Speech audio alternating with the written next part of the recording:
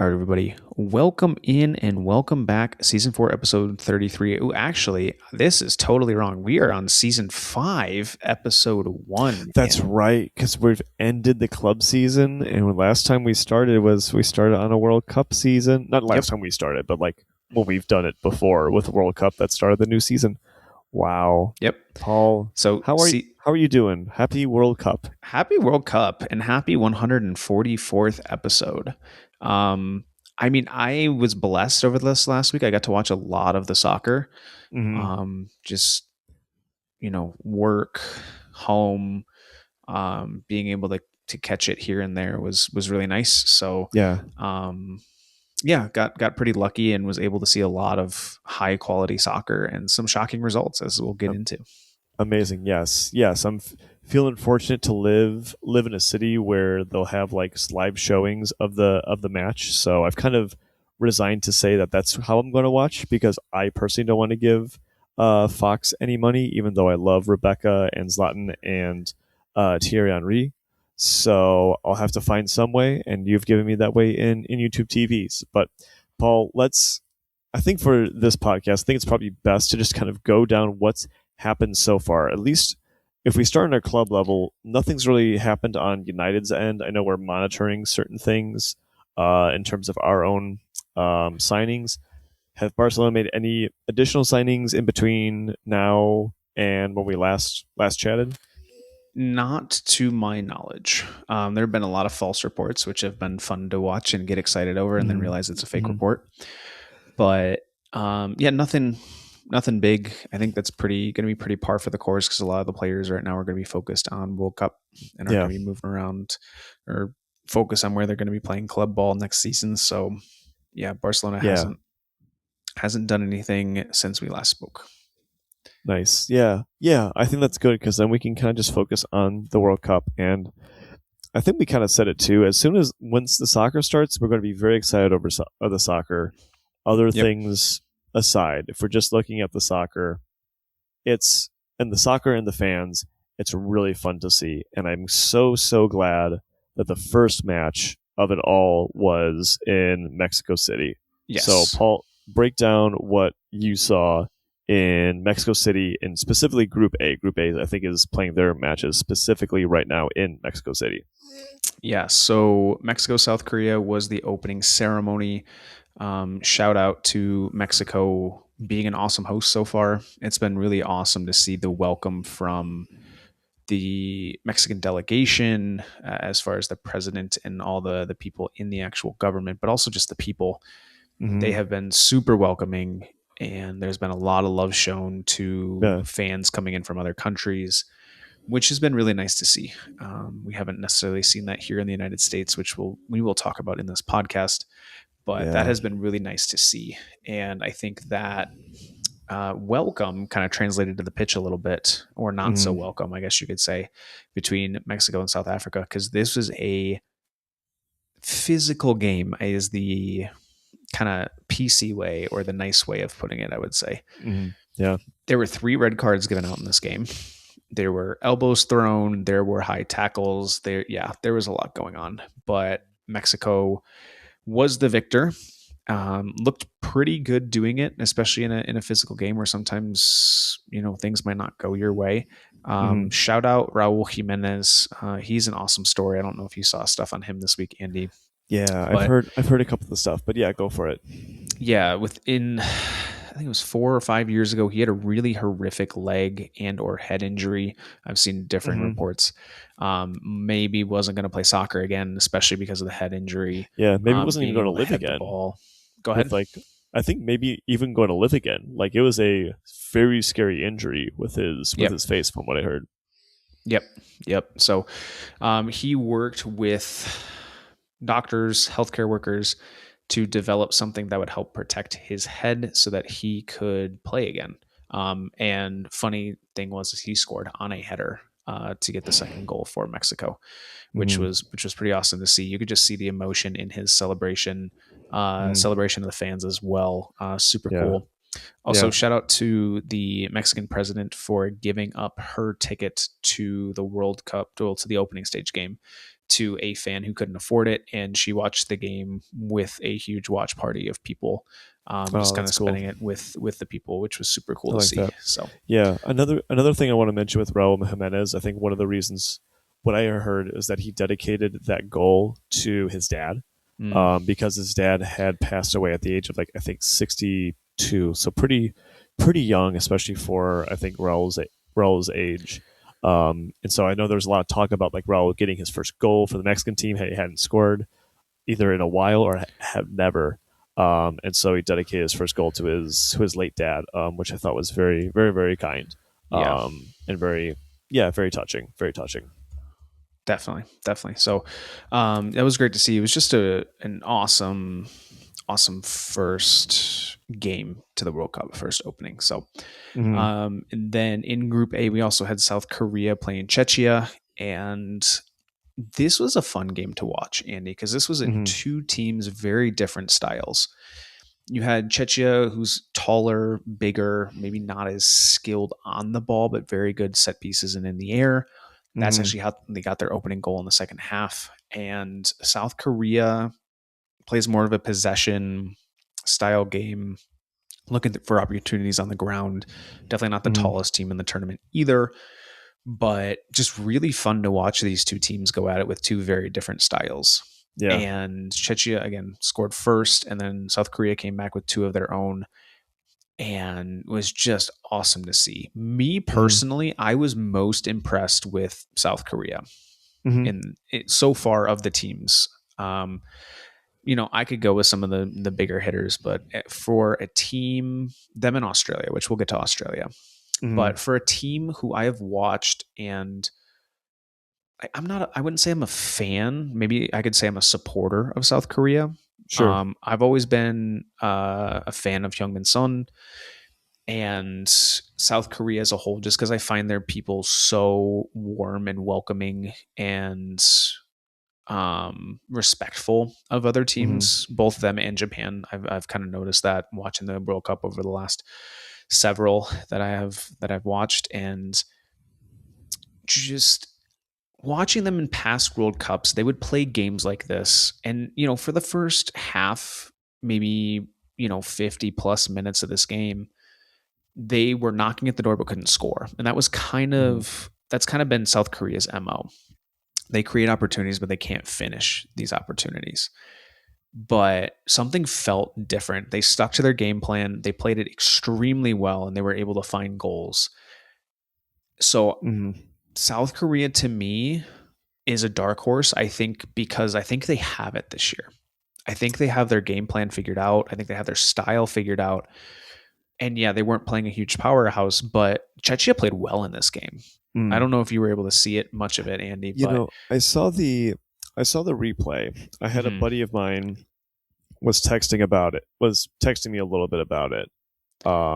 And from what I saw, at least with like the highlights that they showed, it looks like one of those games where we've kind of lamented in the past, where if it was Barcelona or United having a ton of possession but not able to finish, we'll talk that's what about it that. looks like. But what That'll I would come say up. is, that kind of theme is definitely going to come back again. Yep. But this one was interesting, where it seemed like South Korea really, really, really, really wanted Human Sung to score the first goal, Yep. and I think they kind of did it to their detriment, where like Yes. instead of them deciding they're going to be just finding the right opportunity to shoot, it was give the ball to Human Sung. Like if we're in this position, give the ball to Human Sung. Whatever you do, give it.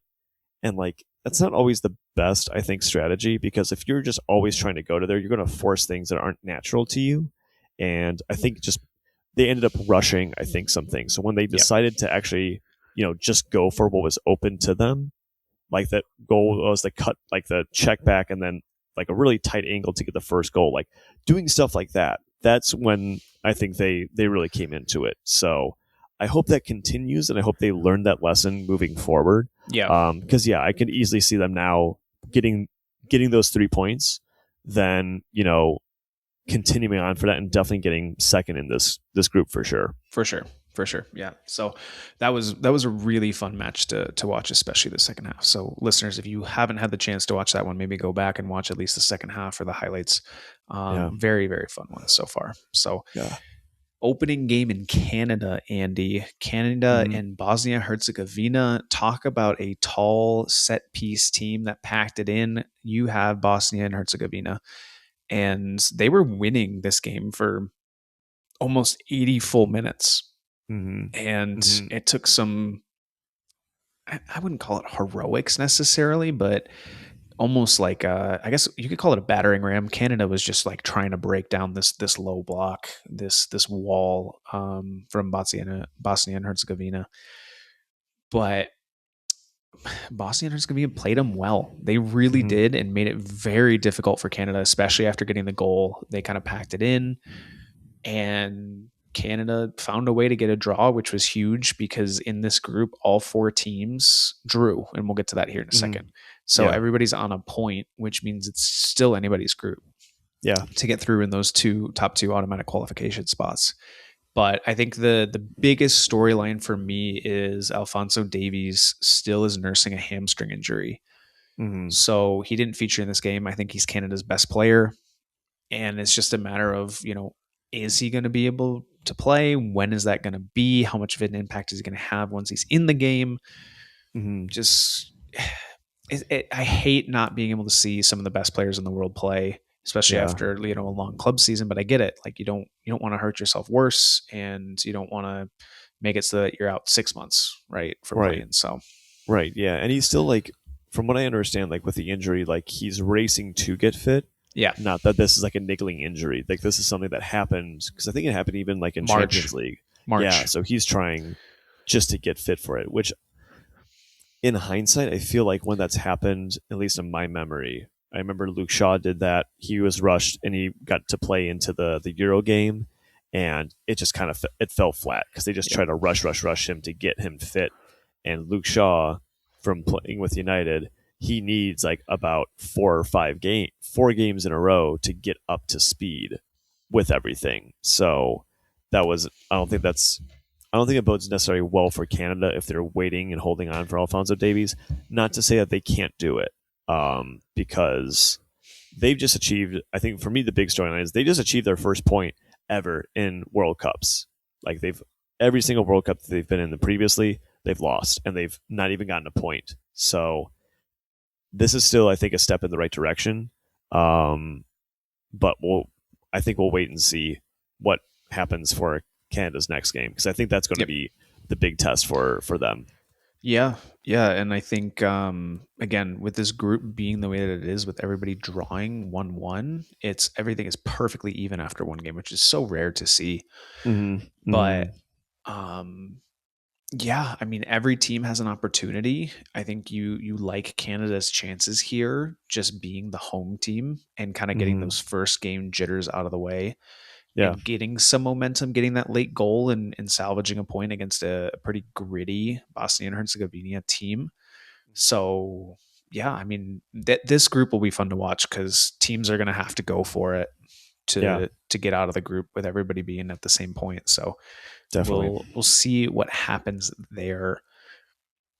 Andy, Qatar, Switzerland. I think this game was very different than most people thought. How most people thought it was going to go.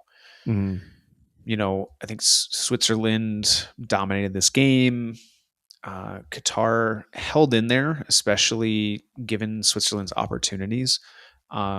Switzerland did get a penalty early on, ended up converting it, and kind of held that lead all the way until the end of the game. And then the 90 plus fourth minute, Qatar, I think it was on a corner or set piece. I can't quite remember off the top of my head. But they get a really nice header, which was given as an own goal, which I thought was super harsh Mm-hmm. because the Qatar attacker is all over the Switzerland defender.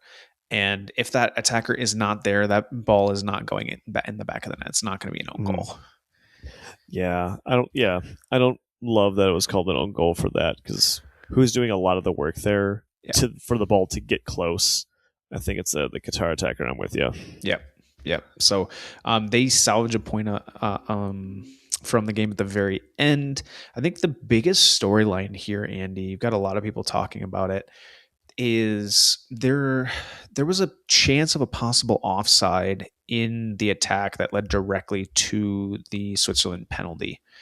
Hmm. And there like on no broadcast has there been a release of any images showing where the player was, and it looks really close. And yeah, it's possible that he's onside, but it also looks like he might have been offside. So why are the viewers not getting images of what VAR is seeing to confirm if it was onside or offside? Like they do that for everything else. Every close onside decision, whether it's a goal or something that ends up in goal being called back, they're showing the images. So why were these not shown? I I couldn't tell you. Maybe it has something to do with the water breaks that they're putting in between the halves now. Gosh. I'm not sure. We'll get to that. I think pretty obvious that's going to be my super dud for this Yeah. week. But yeah, Yeah. such a Watch. strange one to do to Yep. not even, because that's like, it's just, that's so inconsistent. It's so inconsistent from what the rest of the games are going to be with. Yep. I don't understand. Yeah. So people are, is FIFA corrupt? Was this actually offside? Well, Blah, of blah, blah, course, blah. FIFA's corrupt. Well, What do they expect? right. Are they more directly corrupt than we realize? I guess is the better question here. Yeah. So I don't know, but it just brought up a lot of questions. So again, everybody in this group on a point. Really interesting to see how Group B shakes out here. Mm-hmm. Andy, I think probably maybe the most anticipated game of the opening, just the first game in every group, Brazil Morocco, where you have perennial international soccer / football powerhouse and the team that made it to the semis of the World Cup last year. Both teams have a lot of firepower behind them, a lot of talent, good teams that could make deep runs, Mm-hmm. squaring off in the first game. And I feel like that's kind of how the game happened. I don't know what your thoughts Yeah. were on this one. Yeah, from what I tell, I wasn't able to get to the highlights for this one, but from what I could tell in the socials and everything, it was obviously Morocco going up first, and then Brazil coming back through Vinicius Jr. And it's kind of what you want to hear, at least from Brazil, like who's kind of taking the reins and kind of Yep. putting that next step into Brazil is getting Vinicius Jr. fit and firing. And if he is fit and firing, then he's going to, Brazil look a lot better and probably favor their chances more having Vinicius Jr. going than if he's not. Yep. So I mean, it's amazing yeah. what happens when you put him on a team where you don't have to compete with somebody playing in your basically same position. Mm-hmm. Yeah. When he has that space to do and to go into that area, yeah, it's amazing. It's amazing, isn't it? So yeah. And again, it's playing to Carlo Ancelotti. I think Ancelotti, still gets that of like he understands like players need their ways to to express themselves. They can only express themselves when they have space to do what they want to do on the pitch there. So that's perfect way for him to manage. Definitely. This was also another very physical game both ways. The Brazilians, I think, almost a little bit more. I think a lot of times we forget a lot of South. I honestly, you could maybe even just make the generalization of Western Hemisphere teams play a very aggressive style of football. Where there's a lot of fouls. And I think a lot of people forget that. And then they start watching the World Cup and they're like, wow, this team's really chippy. Yeah. Yeah. It's kind of funny because I think there is something to that. There's a little bit more of almost like a warrior sense, I think, in doing this. So I was doing some training this past weekend and I was getting trained by my coach. And he was saying that, he said, like, look at the Latin American teams and look at how they play with the ball because they will play a lot more aggressive. For example, what he said was that they will tend to take a bigger touch. And what they'll do is when they take that bigger touch, they're going to be so quick in getting in front of the ball in their next touch that they're going to get fouled. Yeah. Or they'll take it and like immediately pass it to someone else so that they can then be fouled in terms of that action. So it's almost like they always just play on the edge of like, edge of losing the ball, edge of getting hurt, because that's kind of showing the bravado of playing, that you're that quick, you're that strong, that you'll take that. But also that clever, that like, hey, I'll make it look like I don't have control of the ball, but I'll get in just in the nick of time before you can even get there, and I'll get a free kick, and then you'll be the one penalized for it. Yep. So I think Yep. that's all that to say that I think kind of plays into that more aggressive mindset, which to me, I'm for it. I love seeing aggression in soccer, as long as it's contained, of course. So Yep. yeah, I'm Yep. down for it. Yeah. So that is where we sit in the first game of Group C. Going to the second game, Haiti, Scotland. I'm so excited for this game. I Yeah. wasn't able to see it. Celebrating my 1 year engagement with my fiance. Um, Congratulations. thank you. Hey, we haven't done the thing yet. We got to wait a whole new year Hey, for it. you still celebrate a year though. That's an important It is. milestone. It is. It is. And in the 2 year engagement, celebrating, it's always fun. Um, and this game, from what I saw, I was able to see the highlights, and what I heard across the board from the Scotland side is that, one, Haiti is a tricky team, and I can see why, because they they have some pretty quick players in their front line, and they can do some damage because they're quick and they're also tricky in terms of their skills and how athletic that they are. So I think that was tough. They couldn't finish. But even in like the chances, let's say, like they got, there was maybe only one or two that maybe they got bailed out on. And for Scotland, I think Scotland had some more better half chances and more half Mhm. chances overall. I would still say probably this is a game that Haiti should have won, but Scotland did enough, and you know Mhm. what? That's all they need. They just need to do enough, Yeah. and that's what matters. Because especially seeing what happened in Group C, just getting a win, like that's going to be incredible for them. And Yep. looking at again the group ahead of them, Group B, Yeah. Yeah, and they I mean, easily could have been in that spot. looking at the other two teams with Morocco and Brazil, I mean, you're going to be hard pressed to find points in the next two games. Not that you Mm-hmm. can't or won't, but you're going to be hard pressed to find a point. Yeah, But if you think about it, a win puts you in the conversation for one of those third place teams at definitely, least, right? definitely. Another draw on top of that. I mean, if you win another game, you're going to be into the next round. But Oh, if for sure. if you're able to get even a draw out of one of these next two games, Mm-hmm. then you go, okay, like you're probably through at least a third place team Yeah, at the yeah. very least. So And getting this win against the team that's probably going to finish third, fourth, probably fourth in this group in Haiti, depending on how things go. Not writing them mm-hmm. off, but based on what we've seen in the other two teams in the group, Yeah, you got to believe Scotland's got a good chance of making the knockout stages now. I would think so, and I think now, I think this is interesting because I think this is the one game that asks Scotland to be better than Yep. Haiti, and so they Yep. had to be more possession based. And looking at their lineup, like they had John McGinn at left midfield, and I don't think John McGinn plays in left midfield for Aston Villa. I could be wrong, but I don't believe he does. He's a midfielder, so asking him to play on the left, being the left side of midfield, asking him to make a lot of movement and attacking movement in and just asking Scotland to be more the attacking and possessing more, I think is sometimes maybe a little bit out of how they play. But I think in these next couple games where they're obviously the underdogs, you have teams, you have Scott McTominay, you have Robertson, and you have McGinn, who I would say McGinn and McTominay so good when they're able to go into space. I would say this sets Scotland up better for nicking points than even this Haiti Scotland matchup. Mm-hmm. So they're going to be playing probably more to their game against Brazil and Morocco, is my guess, where they can kind of hunker in a little bit, hit someone on the counter. that might be their option there. Yeah. And so we might even see Scott McTominay start playing a little bit higher up so he can take advantage of that. Yeah. For Because sure. yeah, he loves a counterattacking goal. For sure. For sure.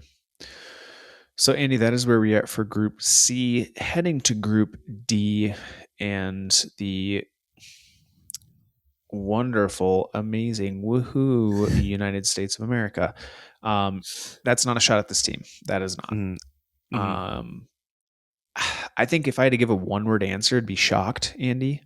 Yeah. I don't know how you felt kind of watching Mm-hmm. this, watching it back, reacting to it, but shocked is what I have. Yeah, I think so. I think of it almost as if this is the one team where I guess this is like quote unquote the dark horse team, but I think it's the team where it's like, whoa, if they play like this continuously, they have enough about them. I think they have enough talent. They could be like Morocco and make a semifinal. Yeah, they playing like this, 100%. If they play like that, they could make a semifinal. Yeah, I think again, it's Paraguay, and I thought Paraguay was going to put more of a fight, so I think Agreed. Paraguay was a little bit down, but I think this is exactly what the SSA team needed to start their World Cup, and they got it. So, yeah, kudos to them. I would say probably the player who I was most impressed with so far, Andy, was Christian Pulisic. All the teams that I watched, and every time he touched the ball and was like, I'm going to attack, he made something happen. Whether it directly resulted in a goal or resulted in something positive, he was absolutely cooking down that left side. Yeah, Paraguay had no answer to him. Yeah. They tried to double him, they couldn't double him. Like that's who won the game, I think, was Pulisic, because he was the one who got the first goal. He was the one I think that also like started to create the second goal as well. So he was just at the start of a lot of USA attacks. Yeah. And so agreed. Paraguay couldn't do anything there. Paraguay couldn't get the ball out. No. That's what impressed me the most was that geez, the US are able to maintain possession high up the pitch.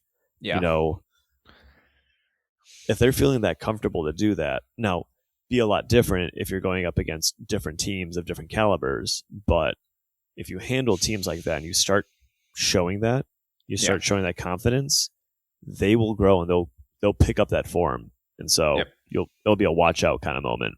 For sure. So, I mean, the fact that I almost blanked his name, Pochettino took Pulisic off at halftime because because the United States is already up 3-0 and was like, don't need to strain him anymore is very telling. And I think it also changed. I heard it was an injury too. Say again? I think it was an injury that was it really? Was taken off. He was taken off. He got like a little knock, I think.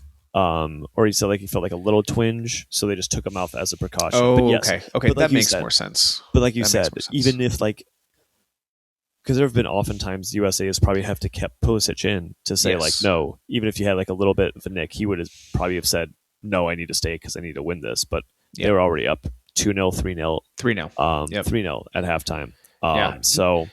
Yeah. And two, like taking him out, I think Paraguay started getting into the game like early in that second half because of it. And we lost a little bit of that presence kind of in the upper half and in midfield kind of area. So again, just really impressed with how he played and impressed with how the United States played it as a team. I don't think we've seen a game like that from the United States in a very long time. I don't think we've ever seen it. I was like, okay, this is a team that's going to be. I think this is a team that's going to be respected. And believe you me, I was rooting Paraguay at the bar I was at. I was slightly, obviously in Chicago. There was no Paraguay fans in the bar, and my friend was rooting for USA as well. So it was like, but you kind of got on the bandwagon because it was like USA was so much better than I had anticipated. I thought it was going to be a little bit more of a scrounge, but I was like, nope, they definitely had more class than Paraguay on that day. but for sure. like, can they continue it? I think that's the big question. Yeah, absolutely, absolutely. It's the question we're going to be asking for sure. So, next game in Group D was Australia Turkey, and it was a 2-0 shocker, Andy, Mm-hmm. especially with the Mm-hmm. quality that Turkey has. Australia, to me, looked like the Italian teams of old, Wow. where they're going to sit lower, they're going to invite pressure, and then when you make a mistake, it's counterattack time, Yeah. and they're going to jump all over you. Yeah. And that is what it looked like to me. Mm-hmm. And Australia was a shock of the tournament last year as well, making the knockout stages, taking Australia, taking Mm-hmm. Argentina to extra time in the Yeah. knockout stages. I don't know if you remember that from last World Cup. I vaguely remember this. Yes, I do. Yeah. I think they had like a Or different. either extra time or really late into the game in regular time. I don't remember what it was, but Yeah. it was very close, and Australia had a chance to tie it very late, and Emi Martinez had to have a huge save at the end of that game. So Australia has the experience.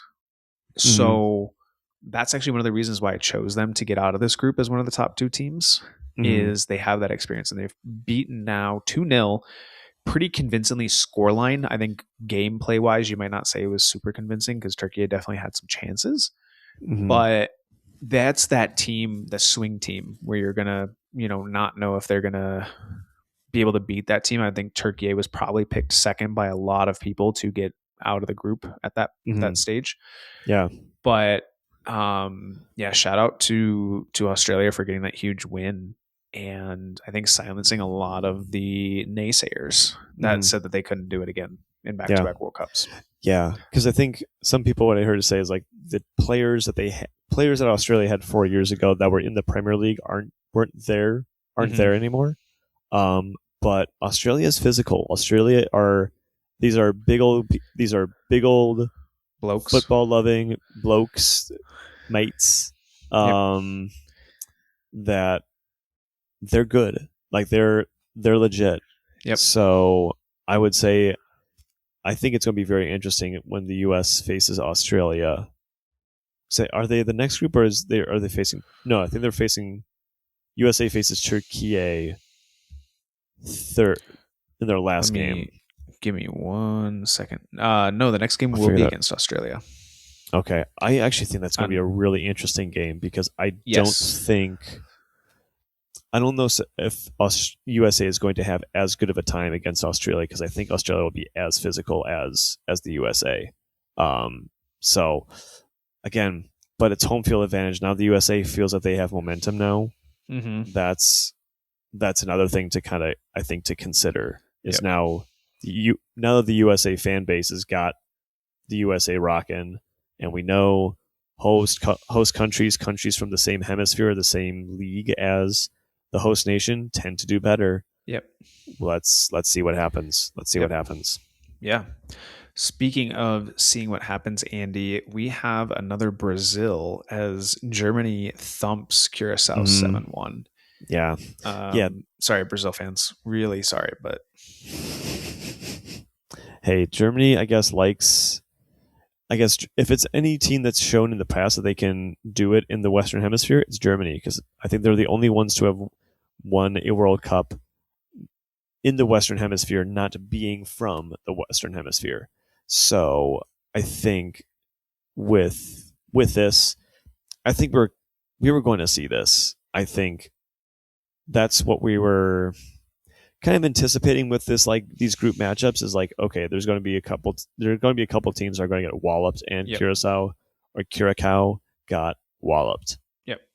And watching the reactions though of the fans after the game, they were like, "We won." Mm-hmm. And the reporters were like, "What do you mean you won?" They're like, "We scored a goal against Germany. We were tied with Germany in the first half in a World Cup. Mm-hmm. We won." And like that energy was infectious. Like even when they were down and it was becoming a beating towards the end, they were still jumping around. They were still smiling. It was like, that energy. I just love that energy. I love feeling it. Even through a screen, is just Yeah, amazing. to me this is the best part about the World Cup is you see these countries and like they take delight in the very small things, and it makes you put into perspective if you root for if you come from a country that has all these high expectations.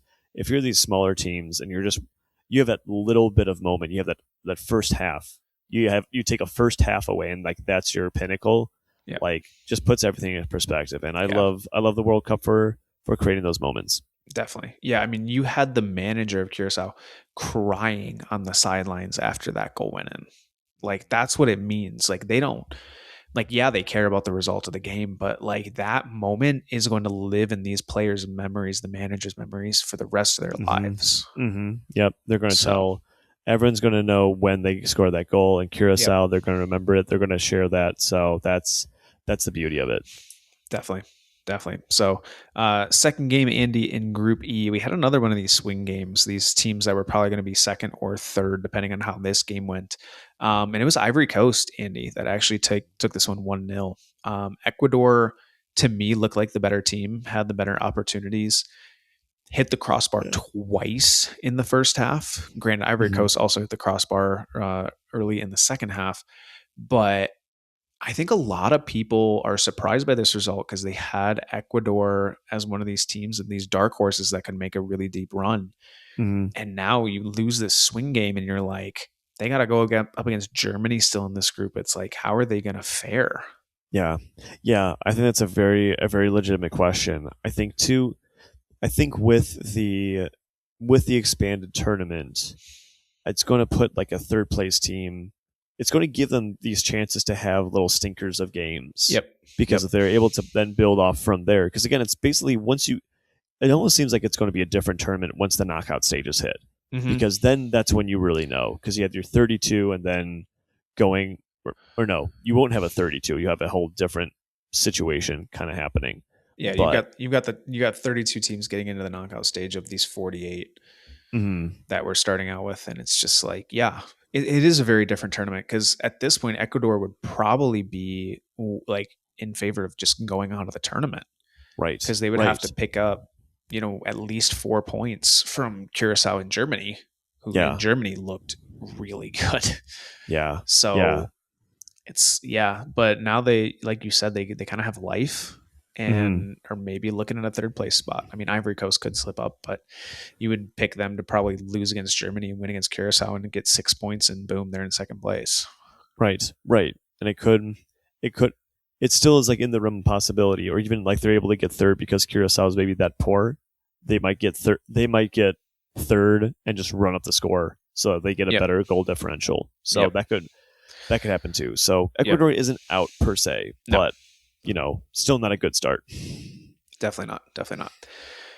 Andy, moving on to Group F, we're going to start Netherlands and Mm-hmm. Japan. I think Mm-hmm. this, to me, just to me personally, I don't know how other people feel about it, was probably the sneakiest best first game so Yeah. far that we've had. Mm-hmm. I think a lot of people have seen Japan as a dark horse and the Netherlands as a dark horse, not as like maybe to make an even deeper run than people think. Some people are even picking the Netherlands to win it. But man, this was Mm-hmm. like a heavyweight fight. Both Yeah. teams trading punches, trading blows. Very exciting second half. Virgil van Dijk getting on the scoring sheet, Mm-hmm. and man, Japan looks good. I mean, Netherlands look good too. They both look good, and Mm-hmm. it showed. The quality showed in this game, really. Yeah. And it's kind of nice even hearing that Japan overall is getting that much better and better, and Mm-hmm. more people are saying not just horses, but saying like, no, they're legitimate like contenders to get semifinals at like people are saying quarterfinals, semifinals. So I think that's something to look out for Yeah, in this Japanese team. So yeah, and kind of bringing up to like the point I made about South Korea. I also kind of felt that about Japan, where it was one of mm-hmm. those things where they played well, they played hard, but couldn't kind of take that step to put themselves into the knockout stage, like to Mm-hmm. confidently like take a game. Yeah. And this just felt like a very different Japan team. They played their Mm-hmm. game. They went up against arguably the best team in the groups for this one and held their own and then some. had Yeah. chances to even win that game, right? So Hmm. it's very refreshing again to see South Korea and Japan, two teams that I've respected and been a fans of through the World Cups just because of how they play, how they treat the teams that they play, and the interactions that they have with their fans, the energy the team and the fans bring. All of it is just it's hard to root against them, right? Yeah, it is. Yeah, Especially that's a good when way you of see putting it. videos of fans, Japanese fans, cleaning the stadium, and it Hmm. happens Hmm. every World Cup, and it is Yeah, so refreshing to see. It gives me faith in humanity again. yeah, Um, because they have to know that not every fan does that. Not right, every fan base is known for doing that, and I right. think that's very special. And I think just shows their culture of just respect for the culture of respect that they have for being a guest and what it means to be a guest. For sure. For sure. So, yeah, again, just a very, very good game there. Sweden, Tunisia, 5-1 beatdown. I mean, this one was never really that close. No. Really good game from Sweden. Sweden's attack is going to be a problem for some teams. Uh huh. They could shock the Netherlands. They could shock Japan. Yeah, I mean, Hmm. I just lethal is what I took away from this. Yeah. Yeah. I thought it was interesting because the opening goal actually came from someone who was of Tunisian descent. Um, and I think the storyline that I heard was that he decided not to celebrate, which honestly, I give him a lot of plaudits for that. Yeah, Because I think it's just being respectful to like, you're respecting both teams there. Like, you're representing the country of like your birth, you're representing the country that like, the only country that potentially growing up. Maybe he was born in Tunisia first and then came to Sweden, but like at least the country that you got like accepted into and like were able to do your profession in. Um, and but also showing respect for like your parents and your culture, where that came from. So I give that man a lot of plaudits. I don't know his name, but very much plaudits for the opening goal scorer for Sweden. I can figure it out for you real quick here. Yassine Ayari, who actually had two. Oh He had the wow, first okay, goal and the last goal of the game. So, got it. Part of that devastating attack. yep, absolutely. So, yeah, that is where we are at with Group F. Group G, Andy. I think Belgium Egypt I think it was a shocker for most people because Egypt scored Mm-hmm. in the first half almost from nothing Mm-hmm. and really made Belgium work and save a draw out of this. Um, Romelu Lukaku is he's just inevitable, man. Yeah, he is. And it's really funny too because he has notoriously struggled, and especially in the last World Cup, putting the ball in the net for Belgium in Mm-hmm. kind of bigger moments when they need him to. I remember in I think the deciding third game in the last World Cup, he had like 4 or 5 opportunities and just could not put the ball in the back of the net. Yeah, yeah. But he comes on in this game literally 22 seconds from being subbed on. It's the next action, and he technically does not score. This is an own goal from Egypt, but he is So he still he hasn't. Holy cow. no, exactly. The ball gets played into the box, and he is sandwiched between two defenders, but does like so much work that he basically forces the Egypt defender to put the ball in the back of the net, and he just barely misses it with his foot, so the Egyptian player puts it in the back of his own net. But 22 seconds, Andy. That is literally the definition of the perfect super sub. You could Yeah, not ask for anything better. yeah. He changed the game. Him coming on absolutely changed the Instantaneously. game. Yep. Yeah, because I think it seems like the World Cup you really see like how it's kind of bare bones. Like it's just physicality. Like you're seeing a lot of like the demographics I think of teams kind of coming into play where like Yes. Lukaku's physicality makes the difference because again like it's not necessarily like you can be that you can't have a technical like scheme to deal with necessarily Lukaku Yeah. as well. Um, so I think it's you're really seeing like people's talent, you're seeing their physicality, the athleticism, just in general, Yeah. and whoever sometimes kind of has that ends up being the best team or the one who can Yeah. play as the best team to kind of overcome that can be the winner there. Do you Yeah. have some updates I think on? real Go quick, for it. Andy, just on that point too, is especially in this first game, like a lot of these players, they don't play together during the year. They play No. for their clubs, and these clubs are sometimes even better than some of these international teams. Hmm. And it takes time to be able to put a scheme into place and to play like a technical style, Hmm. because you're playing with these players who maybe like you mentioned before, they're not necessarily playing in the same position. They're playing, some of them, much different styles from what they're usually playing at a club level, and they Hmm. have to figure it out. And they don't Yeah. get a lot of time between the end of the club season to the start of the international season to be able to do that. No. These teams played a couple of weeks together and then boom, they're into this huge tournament. So it Yeah. takes time to kind of develop rapport with the teammates, Hmm. execute the style. And some teams don't. And I think those teams struggle and Hmm. usually get eliminated at some point in the tournament when they don't have a scheme and they're just relying on talent, power, athleticism to get Yeah. them through. And it's like the teams, like you mentioned, that play as a team, that develop the scheme and execute the scheme, are the ones that usually end up winning or advancing really far in the tournament. Yeah. Yeah, I think so. And I think sometimes that's why I think we're seeing even now, like why like some big name teams, like we're going to get to in a little bit, why they're not able to completely turn it on for the World Cup, especially like at the start. But that's kind of why the start means so much, because like the data says, if you win your first game, you're 80% likely to get out of the the knockout stages by just doing that, or get into the knockout stages, Yeah. excuse me, by doing that. So yeah, it's all these like little factors at play that make this tournament so unique. Yep.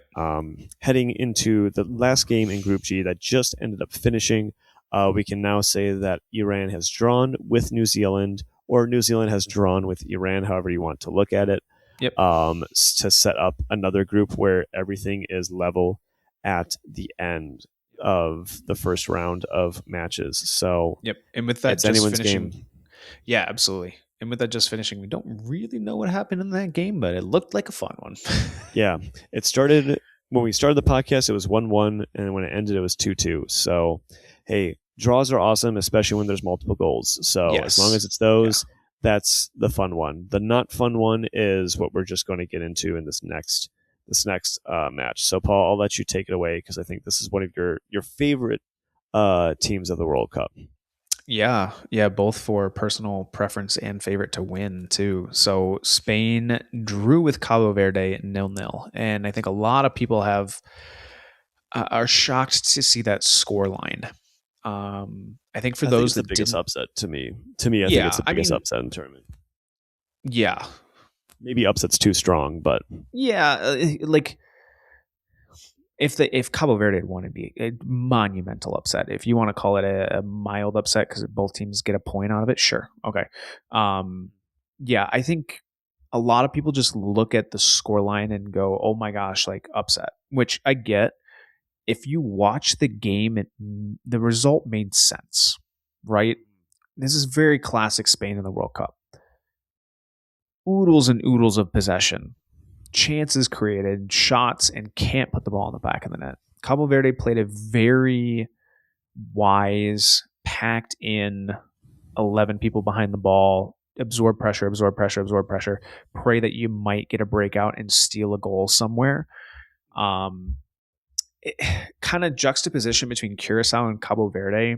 Curacao played a little bit more openly and kind of jumped to the ball more, and which allowed Germany to create more space, which allowed them to score more. Germany mm-hmm. also played better than Spain and scored their opportunities for another part. But Cabo Verde, contrary to that, played very well within their scheme. Played a very low block, played it extremely well, and Spain couldn't score. Some of those Yeah. reasons, they had chances. I think probably the most clear chance of the game was Ferran Torres, who can't score a simple goal, gets a ball played into him. He has a defender on him. It's a little bit tricky, but the goalie kind of goes down, and Ferran Torres has probably 10 feet between where the goalie would be able to reach and the bottom of the crossbar to put the ball in, and he hits the crossbar. And it's like, dude, just put the ball in the net. Yeah, Like it's there for you. I don't want him on Barcelona squad. I want him gone. Like dude takes too many chances to be able to score. Also, I'm going to give some criticism to the manager, Luis de la Fuente, because he played so many people out of position. He played Gavi as a left winger and Ferran Torres as a right winger.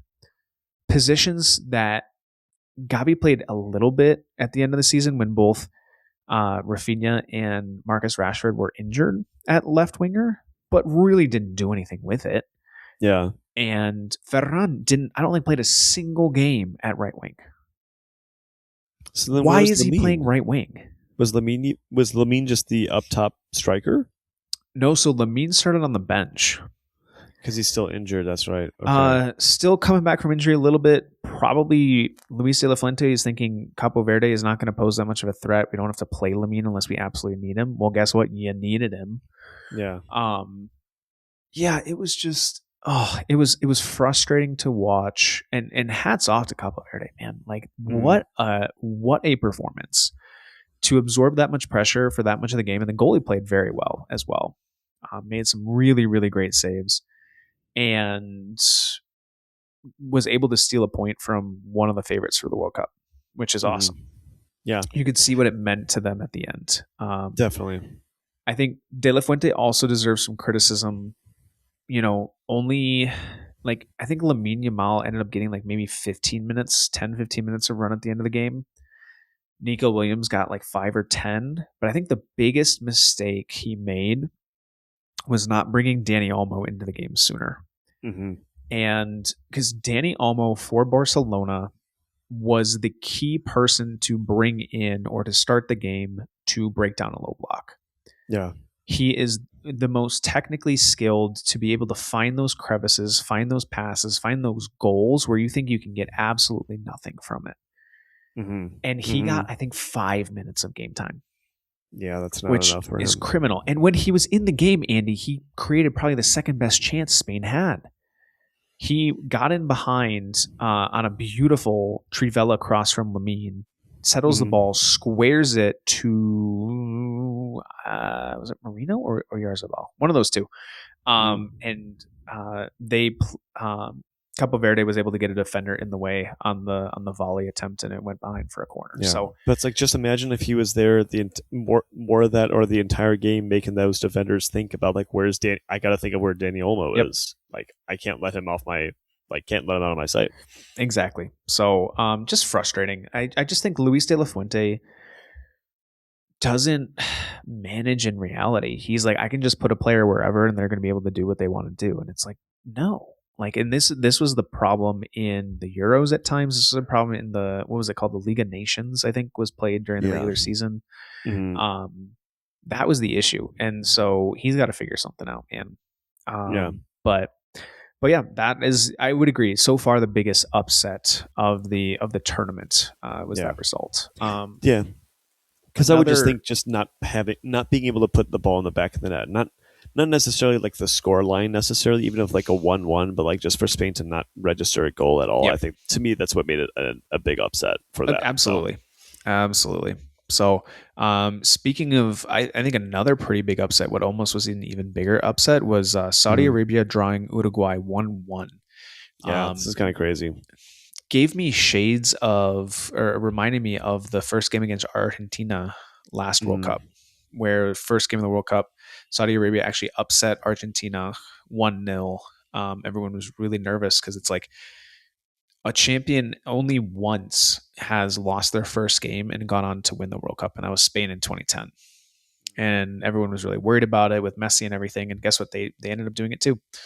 But Saudi Arabia led for most of this game, and Uruguay had to fight and claw to get their goal to keep it at 1-1. So again, this is one of those groups where you have all four teams have a point. It's really anybody's tournament. But the nice thing about that with both teams drawing is a team like Spain can easily still win the group. I mean, anybody could win the group technically, with how the performances that we've seen. So I don't know if we've ever had a World Cup where I think 3 groups, everybody tied. Yeah. which I, is super interesting. yeah, And I think we're going to I, get a lot of parity from that.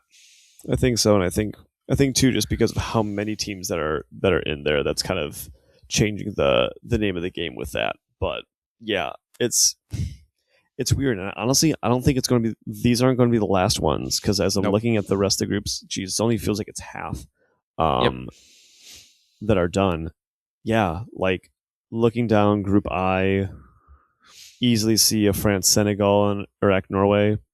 Easily see them drawing Yep.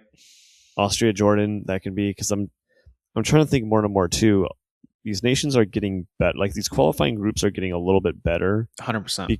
because soccer is definitely growing, and like players that are in Jordan, they may not be in Europe, but they might be in Saudi Arabia. And now all of a sudden there's Europeans playing in Saudi Arabia.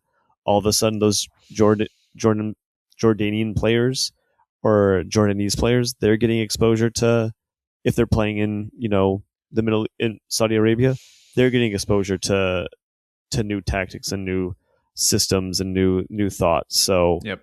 I think that's I think maybe that's why we're seeing a little bit of the NCAA-ification of the World Cup, if I can Yeah. even say that. Absolutely. So Absolutely.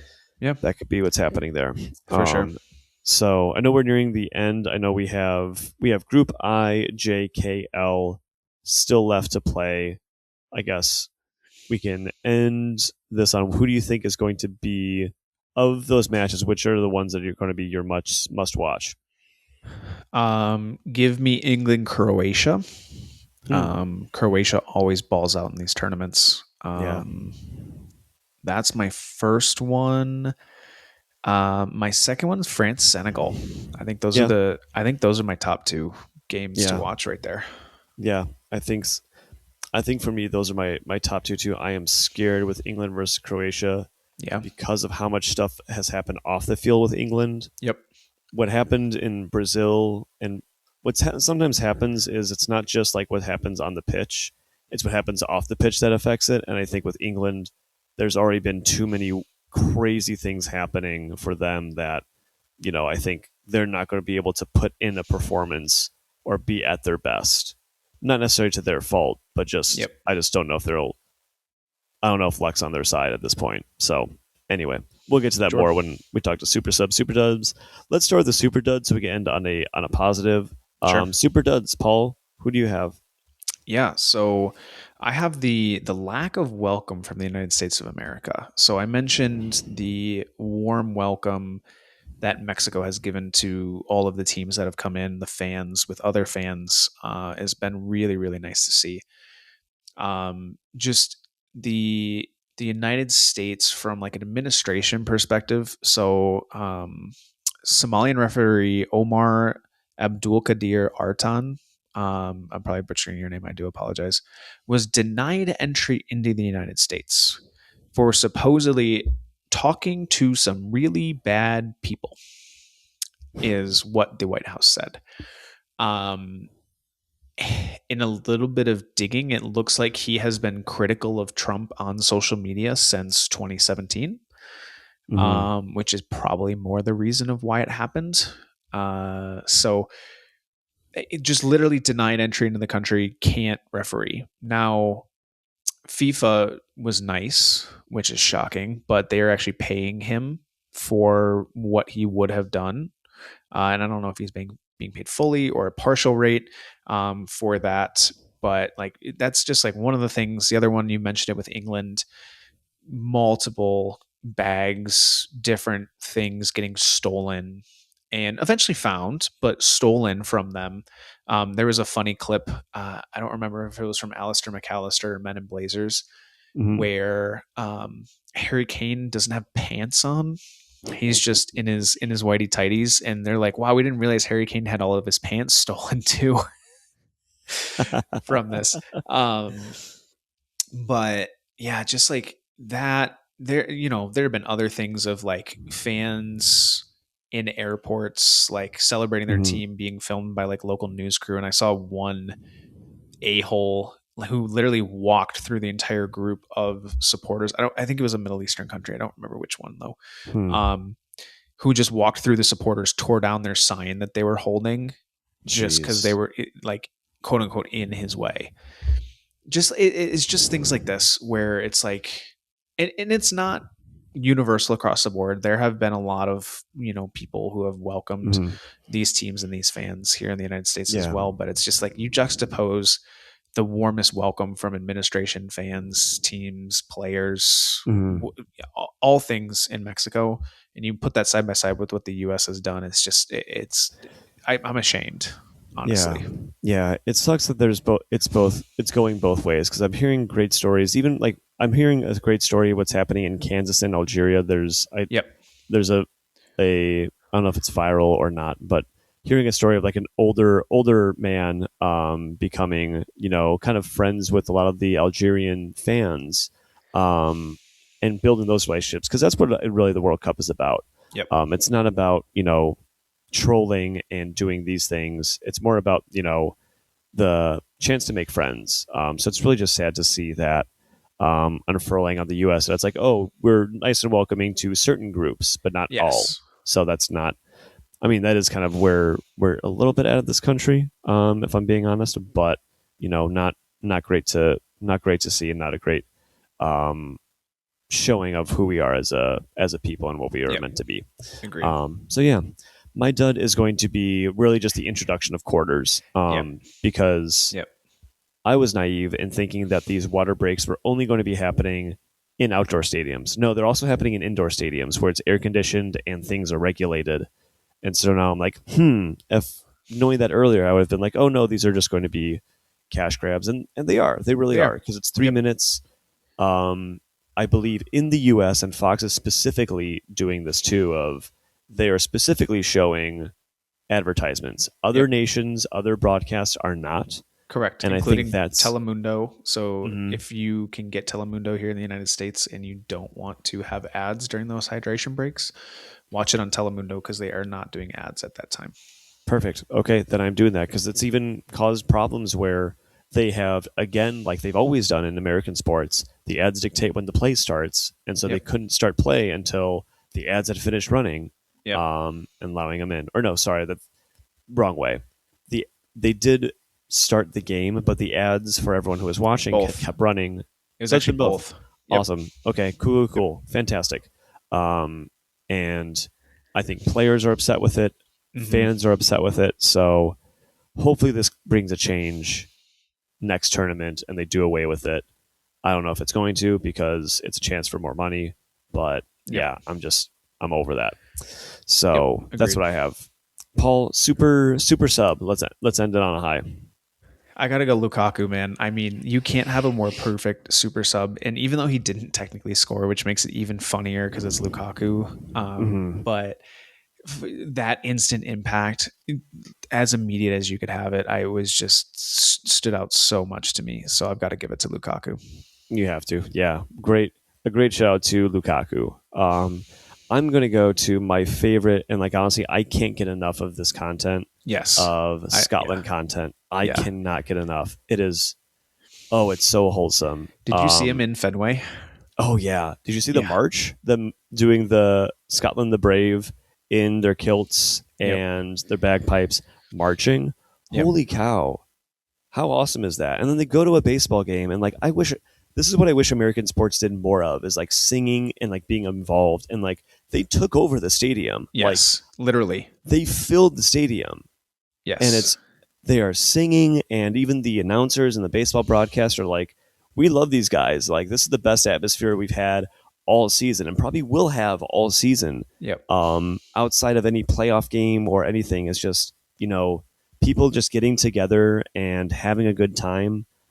Hearing great stories about the group that's out in, I think it's either Connecticut or out in Massachusetts in the suburbs. Providence, Rhode Island, I believe. Providence, Rhode Island. Yeah, there's Yes. 12,000 Scots there. Yeah, and so individuals like taking out an Airbnb, the story I think goes like this man was trying to wake up his brother, and he went to his dad and he was like, I think I gotta wake up my brother, and he's like, go on, get your find a way to wake him up. So he went out and he played the bagpipes. He saw that there were cars passing, so he was like, okay, not everyone's sleeping, so like I can go and do this. And then he got filmed, and then that person that filmed him ended up coming over right to like give him extend a warm welcome. And what did the Scottish people do? Gave him an 8 a.m. beer, and he was like, "Oh no, I got to go into work." Which I'm like, you only get one 8 a.m. beer from Scottish fans. Go and take it, man. Um, or stash it in the fridge for once you get back from work. right, or just do that, yeah. Or take the day off, just call in sick, Yeah. whatever. Yeah. But they ended up, forming a little bit of a friendship. And the next day, when the Scottish fans were getting ready to go to the game, he was like, I'm going to give these guys, this American, he said, like, I'm going to cook them some sausages to kind of be like food on the way out, so they don't have to like stop and buy anything. I'll make it for them. And the Scottish fans were so nice. They gave him one of their tickets to the game, and we know how expensive these tickets are. Yep. So it's just stories like that, and just reminds me of when I went to Scotland and how gracious and really kind the people were there, and just how much they're just enjoying it. Like they're just living life to the fullest, and it's just so great to see. And I just hope the best for them in this tournament, because they're long may it continue. There's already like memes of like the Boston Underground and like an extension all the way to Glasgow, and saying that Boston is already like West Scotland, and I just love stuff like that. I'm eating it up, as you can Yeah. tell. So really, really super sub for that.